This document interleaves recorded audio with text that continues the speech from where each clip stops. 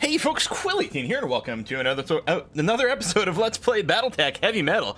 Sorry for the stutter there, but I was not actually planning on recording right now. I was just doing some little gameplay on my own, some generic missions, as I said I was going to do, just to try to advance our position a bit so that we could take on some big, interesting flashpoints and whatever. Well, I just did a random convoy ambush mission, I think for pirates. I don't remember. You can see, yeah, robbery, ambush, convoy. I think it's for pirates. And I ran into one of the defenders was a Warhammer. The Warhammer is an extraordinarily special mech here because it is brand new to BattleTech. Not the heavy metal expansion, but rather part of the free 1.8 patch. It's one of the two free mechs that were added in 1.8.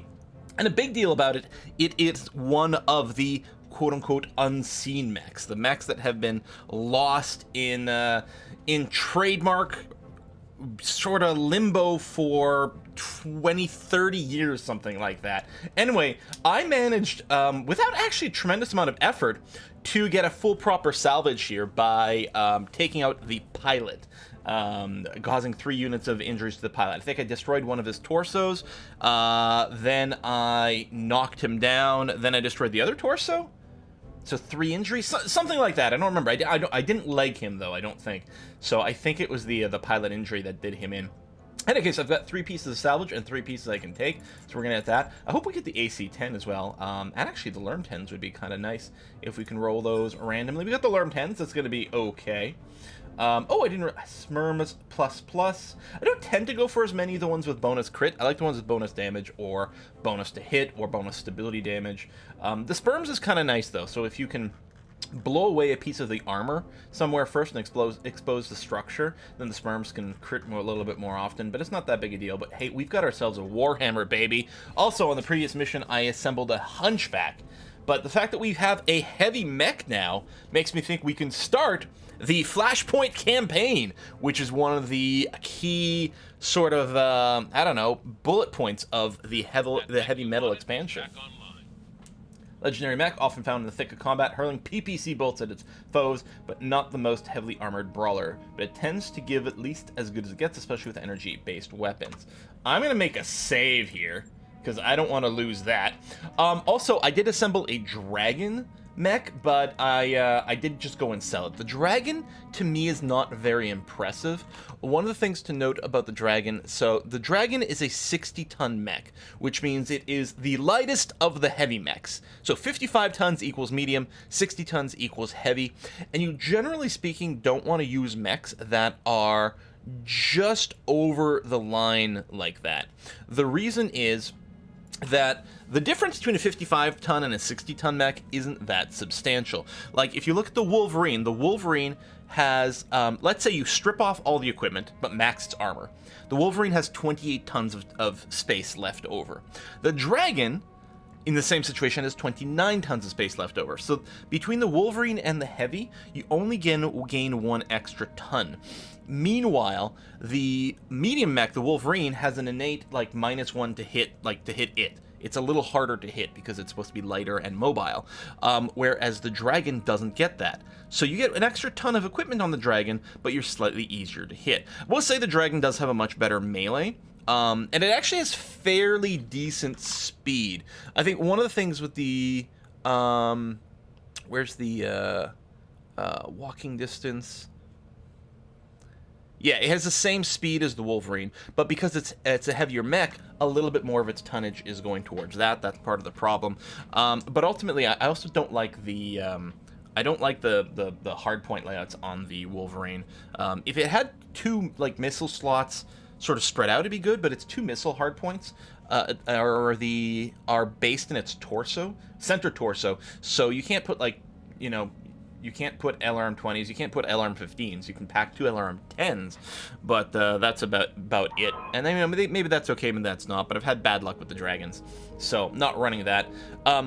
Comparatively though, so the Dragon, for example, has 29 tons of space. The Hunchback we got, let me show you the Hunchback. Hunchback has 31 points of usable space in it. The Hunchback has crazy amounts of space. Again, the hardpoints on it are a little wonky. At least this Hunchback. This is the 4G, I think. Sorry, I know I keep tabbing in and out here. maybe if I change my screen layout, I won't have to. I've got my spreadsheet over on the side. There's two variants of the Hunchback. There's the 4G, which is this one, and also the 4P. The 4P has a ton of energy hardpoints. I think it's a shoulder rack. Instead, the big difference is the shoulder rack on this Hunchback, which of course is like quite noticeable on a Hunchback. On this one here, it's 4G, it's like guns, you know, ballistics, whereas on the 8P variant, or whatever it's called, that is a bunch of energy slots in there, so you can just load in a crap ton of medium lasers, which of course have the best damage to tonnage ratio in the game. But anyway, all that. I did also give this guy the gyro with the hit defense and the cockpit mod, although now, if I'd known I was about to get a Warhammer, I would have definitely waited and thrown on there. So for the Warhammer itself, if we strip it down and max its armor, it actually, you can see, stripped down maxed armor, it only has 24 tons of space left. Actually, I'm realizing the numbers I was saying before. Yeah, the numbers I was saying before with the tonnage is actually stripped with no armor, not with maxed armor. So, and it's possible that there's different amounts of armor slots on there. So it's possible that some of them can put more armor on or less armor, and therefore have slightly different tonnage available. But it is a good hint. Like the space without the armor, you know, can also give you a hint of how much you can pack on. Anyway, so we have 41 tons to play with without armor, 24 and a change with armor here. Weird that it's such an odd number. But we'll move some of the armor off of it at some point. It's just going to end up rounding out that way. So, being that this is a 1.8/heavy metal mech, it comes with a special and unique component. And see, now I want to have my recording window back up so I can keep an eye on my sound levels. And on the Warhammer here, we have optimized capacitors, which gives us a 20% boost to energy damage. Huge! The optimized capacitors extending from the Warhammer's engine allow for improved linkage for all energy weapons mounted on this mech. This boosts the damage output of these weapons beyond their stock capabilities, capitalizing on the Warhammer's typical loadout. So we have 4 energy slots. We're going to want to make best use of them. Now, if this mech had something like 8 energy slots, it would all be about, let's load on 1 million medium lasers. Now, with only 4... and this much tonnage, we'd be hard... Like, we could put 4 medium lasers on here, which is still pretty efficient, and then load out the space with the extra kit. But I'd be tempted to go more like PPCs. The problem is we only have 1. We do have a large laser as well. I mean, we could do something like a PPC large laser over here. Obviously, this is going to start running hot already. And then we could also throw a couple of medium lasers in there, just to then start saving weight for heat sinks, which we're going to sort of spread out all over the place until the heat meter starts to look a little bit better, and then we'll look at the actual number here. So that is a 23 heat delta. Now, this is a heavy mech, so jump jets are a lot less appealing on it because they're much heavier. They're a ton versus a half a ton, I think, so they really do add up. We may want to have... Like, we get to choose 0, 1, or 4 jump jets is really the numbers I'm looking at. So we could spend 4 tons on a jump jet. 4 tons, 4 heat jump jets is the magic number because it gives you really good distance for your buck. What's the movement on this as a base? 120. Okay, not the speediest. So it might benefit from something like 4 jump jets, right? Like, let's say we went ahead and did that, just for the sake of argument. So now our jump would be 150, so we would jump further than our move, plus of course the jump ignores terrain, so it'd be pretty great. But we'd now be overweighted, and we still don't dump all of our heat. And worse comes to worse is if we're jumping, then we are generating that much more heat as well, right? So in a turn where we jump and alpha strike, we're generating 85 heat for 31 heat unsunk on that turn, which is a lot. So I feel very strongly that the Warhammer, I don't think we can afford to go for jump jets. And we're left with the question, do we do 1 jump jet? Just so that it has the option of jumping up and down a piece of terrain. Because 1 jump jet gives you 60 meters of jump. Like, this first one is actually worth quite a bit, because it's... Anyway, it's like, I think you get 30 meters per jump jet, plus 30 for the first one. An extra 30 for the first one. And there's something to be said about that. We'd still have tonnage left over. I mean, I think that we still are going to want to heat sink some more. We could strip some armor off. Like, we don't have to go 100% armor, of course. Now, this one here is not going to be indirect firing, so it's always going to be in line of sight of someone. And therefore, it does need to be a little tougher. But it's mostly going to be longish range. We might be able to strip some armor off the back, for example. If we're sitting on this, then we've got a heat delta of 17. I mean, it means we can fire quite a few rounds without having to take a pause. And we may not always be in range for the medium lasers, although probably we're going to try to be within range for the medium lasers quite often.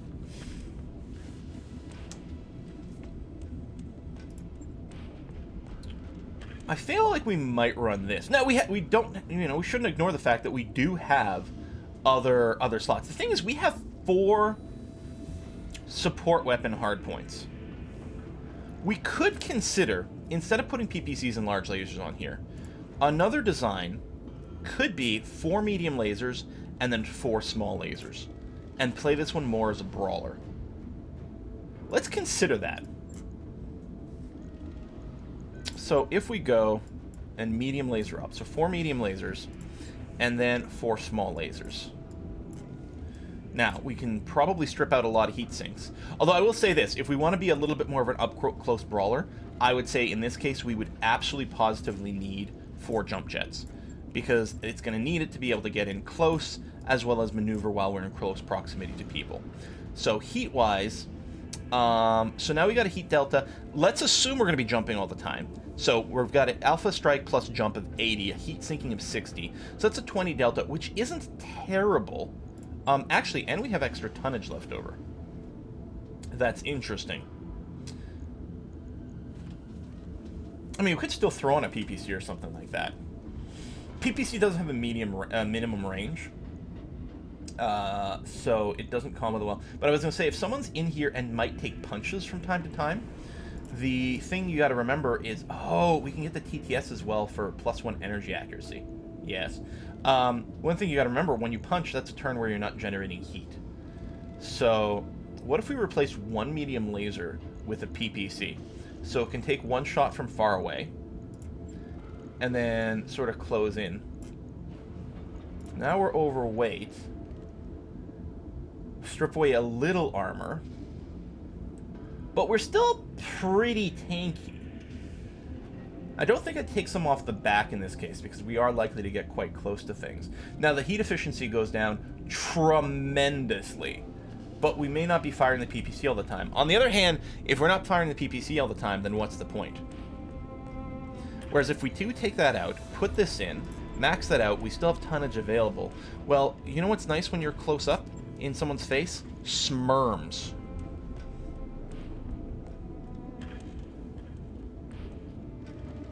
Missile rack over here. Now, SRM 6. Oh, no, it does fit that size.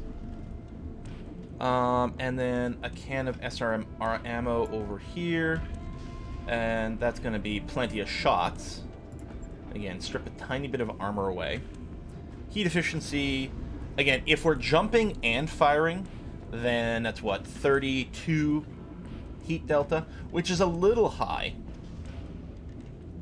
But if we throw in a punch somewhere in there, which I think will be our goal, that might be manageable. I suppose what we could also do is we could consider just downgrading the SRM to a slightly smaller one, which will generate, you know, less heat and maybe be a little bit more dependable. And this is an SRM++, which is nice, you know, to be able to mix that in. The thing is, then I think the ammo would be, like, kind of overkill. Because here we've got, let's see, so 60 of those shots for 10, and then another blah, math is hard, 40, so you get 6 divided, so 6, something like 16 shots, right? Which is, it's just pretty good. If we put in the 4, then we have well over 20 shots, and that's way more, so we're carrying a lot more ammo than we need.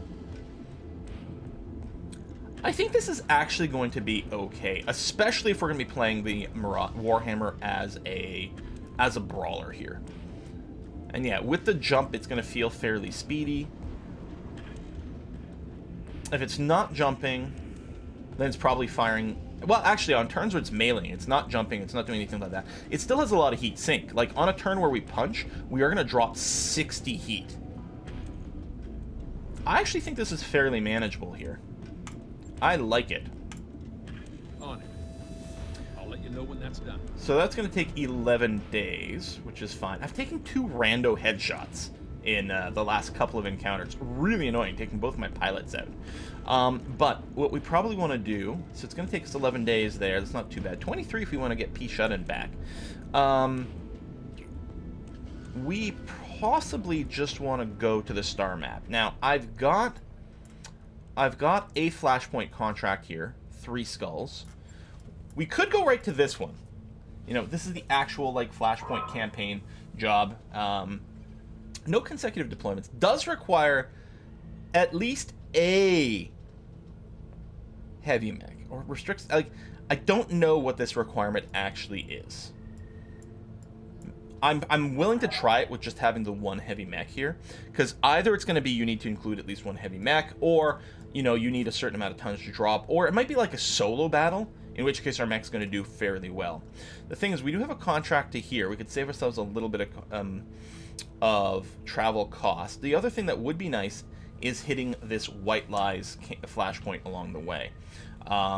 Rare items, it's short, so it's probably 2 missions, or maybe 3. There will be consecutive deployment, but we do have some extra stuff. What I think I might do is I might go directly to Bellerophon. We'll definitely have our new mech by the time we get there. I think that's the plan. We'll do that and then head down over there. In the system where we're at, I think I checked the store. I don't think there's anything in the store really in this system. It's really poor. Yeah, there you go. Like, this is everything that you can purchase in this particular shop. Might be nice to have gyros, but no. Yeah, I like it. So we're not going to do a combat mission here. Yeah, so that was White Lies. That was over there. Yeah, let's travel to this flashpoint. Excellent. We got 2 million bucks. Hell, one of the dragon I sold as well, right? I assembled that dragon, and I was like, I don't think it's worth using it, and I could get 600 grand to sell it, so I was like, yeah, we're just going to do that. We did lose some high spirits, just timed out. That's okay, though. I'm excited to see the Warhammer in battle. Probably going to call it a Marauder a bunch. It's another unseen. And I find myself, I keep doing that. Second jump. That should get us to the right system. We'll detach from the jump ship. Excellent. Job's done, Commander. Okay, so that's all the mech work done. I don't think I want to make any other modifications to anyone, although, do we know anything? What's this type of planet we're going to? Bellerophon? Arid world. Yeah, so it's probably going to be pretty hot. And I have a lot of mechs that run, or a lot of mechs that run pretty hot. I may want to make some slight tweaks before we get there. I think the Hunchback is actually pretty good heat efficiency-wise. Yeah, it's a 1-to-1 balance with the regular alpha striking. It does have jump jets, so it'll generate a little bit of heat as it goes around, but it's not too bad. Our long-range firing mechs are still...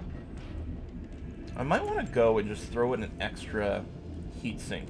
Because I think what we're going to do is we're going to go with the Warhammer. And we might use the Hunchback as another sort of close-up brawler that's getting in there. And then these two will stand back. So I think we're bringing both of the Centurions, but I think I do want them to run a little less hot. The thing is, they do stand back a fair bit, and they have a lot of armor. So I think it's worth doing that. So we sink a little more heat than our Alpha Strike, but on a desert planet, and this one doesn't run as hot, but it's still a little bit of an issue. I'll ask you to max armor. Take some out of there. Add some over here because it's a pretty fun weapon. Take a little bit more out of the back here, and here. Bring up the legs. Bring up the torsos. Yeah, see, I think I like that a lot. Might be a little light in the center torso. On the other hand, we've got all the ammo cans over here. Okay, take that adjustment. I mean, you know, if we're going to be playing around on a tundra world or something, we might want to go and retract some of these changes. So here, yeah, the Alpha Strike's a little higher, which I think is generally going to be okay. And this is still pretty good on armor. It has tons of back armor, and it should never really face its back to anything. So, oh shoot, we're out of heat sinks. We may have to make some purchases when we arrive at the system. I'm surprised we haven't gone and collected more heat sinks along the way here. Blefferon should have some things to buy, though. We'll leave it on normal for now, because I'm still a little worried money might suddenly turn bad. Before I start that, let's check the store. We know we need to buy some heat sinks. Literally have 0 in the bank. Wow. 1, 2, 3, 4, 5, 6. That'll give us a few spares. But yeah, what do you have for sale? So first, show me weapons, because we may have some weapon pluses. No, lots of armor packs. Cool equipment. Gyro bonus to melee hit. That's okay. We don't care about assault jump jets. We don't have any heavy jumps.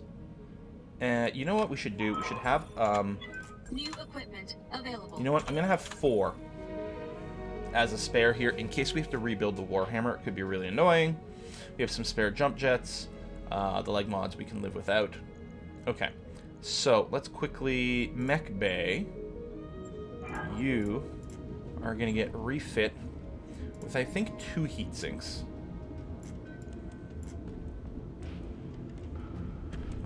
Why don't I pull the jump jets out of these guys? I do like being able to jump up to high ground.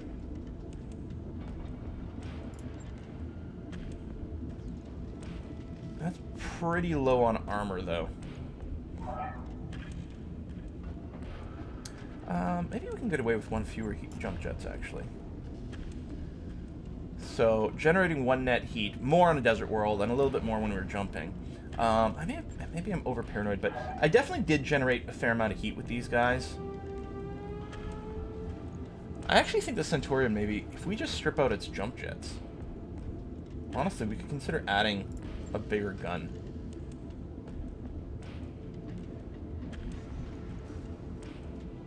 Could we work more indirect fire into this one? Maybe we didn't have as many lerms before when I was doing things. Because what if we make this completely an indirect fire mech? So it really doesn't care about the jump as much. I mean, it's nice to get the high ground, but if it can fire on the other side of a mountain... So, the difference between the Lerm 10 and the Lerm 15 is the Lerm 15 is actually much more efficient. It uses up more slots, but it's only 2 extra tons. So it goes from 5 to 7 tons, and it goes from 10 to 14 heat. So we actually, based on a per missile ratio, we save a point of heat going to a 15, and we save a half ton effectively in terms of firepower. Now, the same sort of, the ratio holds true when you go up to the LRM 20 in terms of heat, right? Because it's plus 4 heat, another plus 4 heat, that's fine. The LRM 20 does add the 3 tons, so it has the same tonnage ratio as the LRM 10. So the LRM 15 saves you 1 sneaky ton, although the LRM 20 has a slightly better heat ratio. The bonus stab damage is kind of nice. If we're going to run a 10, it should be that one. But what I'm wondering here, rip that out. Put a couple LRM 15s. Ditch a large laser. What if we ditch all the large lasers? Get another LRM 15, except we don't have one. Oh.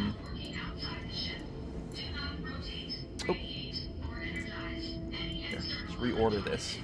4 tons overweight without ammo. Yeah, I don't think we can do that. Might be able to throw you in. Heat efficiency is going to be huge. Well, and we're not jumping, but here, we can do this. I mean, we're just generating 2 extra heat per turn. It's really not much.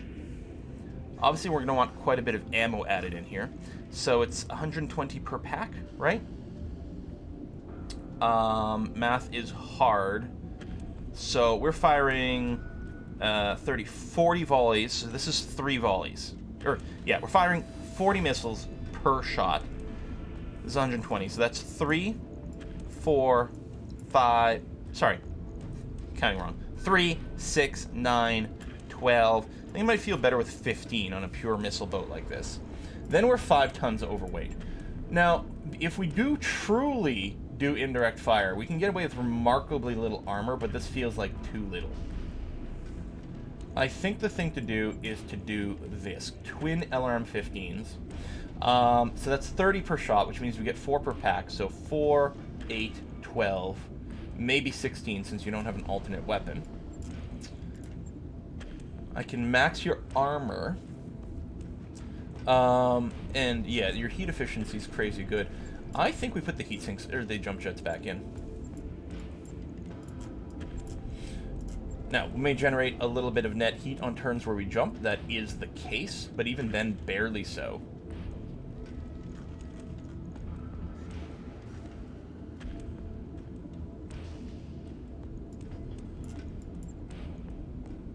That's a lot of weight. See what I mean, though? Like, I kind of feel like, oh, wouldn't it be nice to have a little more firepower? From like an LRM-5 or something? It feels like it's so much armor for something that doesn't actually have to see someone.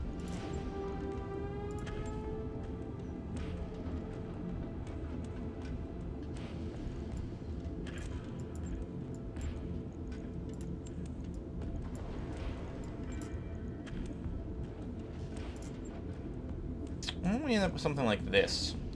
So that's 3, 6, 9, 12. We're back there. We're back to positive heat, but you know what? Who cares, really?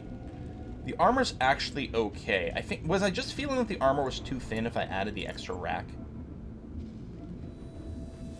And then, the back should never be exposed.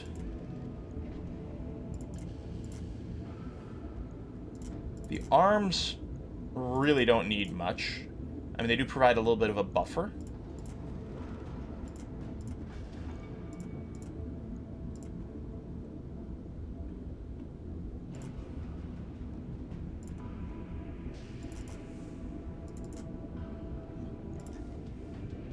Yeah, it's pretty devastating volley.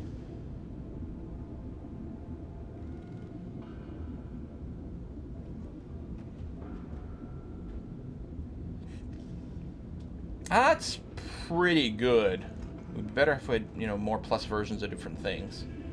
Actually, a crazy idea could be, stability damage is really good to inflict.